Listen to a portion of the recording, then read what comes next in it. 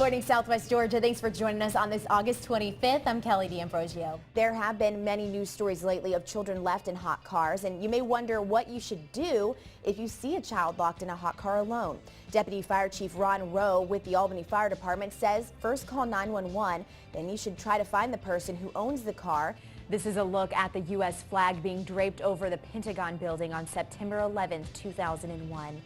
Good morning and thank you for joining us on Good Day. I'm Kelly D'Ambrosio. Today marks the 13th anniversary of the 9/11 attacks on the United States. We've been reflecting on that all during our show today and will continue to do so. You've shared you had weight loss surgery. So how did you know this was the right decision to make? It's anything but easy. What were some of the struggles you faced? You said it wasn't easy. Oh, it is going great. We are here tonight at Austin's Fire Grill, all to benefit the Habitat for Humanity. It's the third annual Hammer Jam.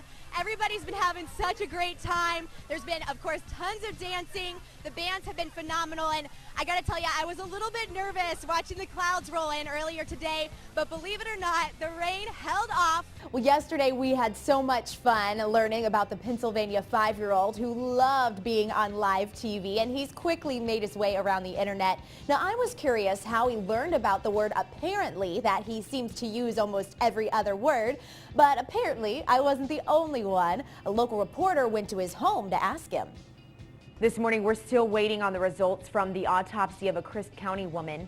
Right now, additional evidence is being processed before the results are released. And did you know that between Memorial Day and Labor Day, Americans eat 7 billion hot dogs? Ugh. Crazy. That's right. Thank you, Doug. With the conflict going on between Israelis and Palestinians, those who share both people's heritage are trying to make a statement online.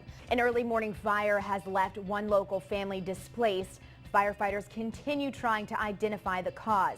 Fox 31's Doug Reardon is out at the scene right now. Doug, what do we know so far? The results for the election are now in. We will have the final winners in just a moment. But first, an amendment to the city charter section 26 involving the Water, Gas, and Light Commission still has not been decided this morning. To be Miss Georgia, you have to have a lot of poise and a lot of grace, but nobody's perfect. So what's your most awkward moment?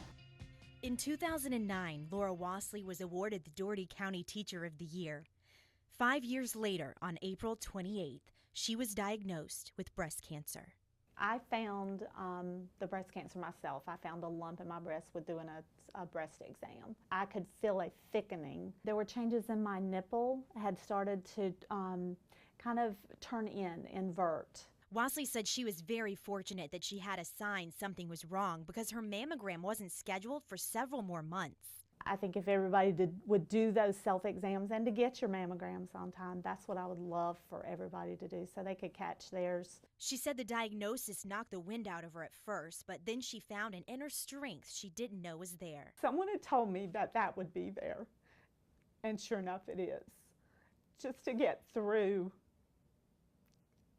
I finished my chemo, I finished my surgery, I still have radiation to go.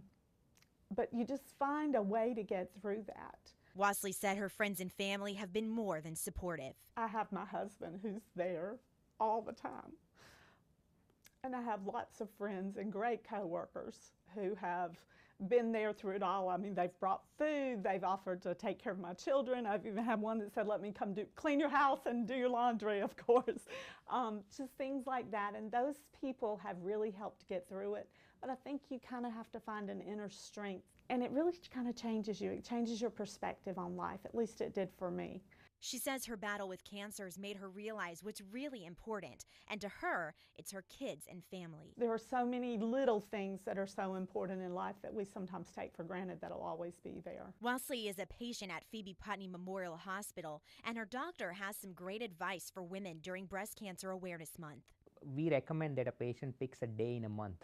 So either it's a 5th or 7th day of a menstrual cycle or first day of the month or something. While they are taking a shower or in certain position, they need to examine the breast and see if there is anything unusual. I would like for people to know who are scared of going through it, because I was, and I'm still scared of radiation as well, to know that if you keep positive about it, because I do think my positive attitude, I felt better when I was more positive that I could do this than I did when I was first so scared. If you keep that positive attitude and find the strength to just make it through it, then it's just much easier. Wasley says she is ready to get past this. That my life becomes normal again without cancer in the background. Kelly D'Ambrosio, Fox 31 News. In today's digital age, our social media news feeds are filled with pregnancy bellies and growing babies and parents bragging on their pride and joy. But now a local couple is hoping their news feed will help them to find the apple of their eye.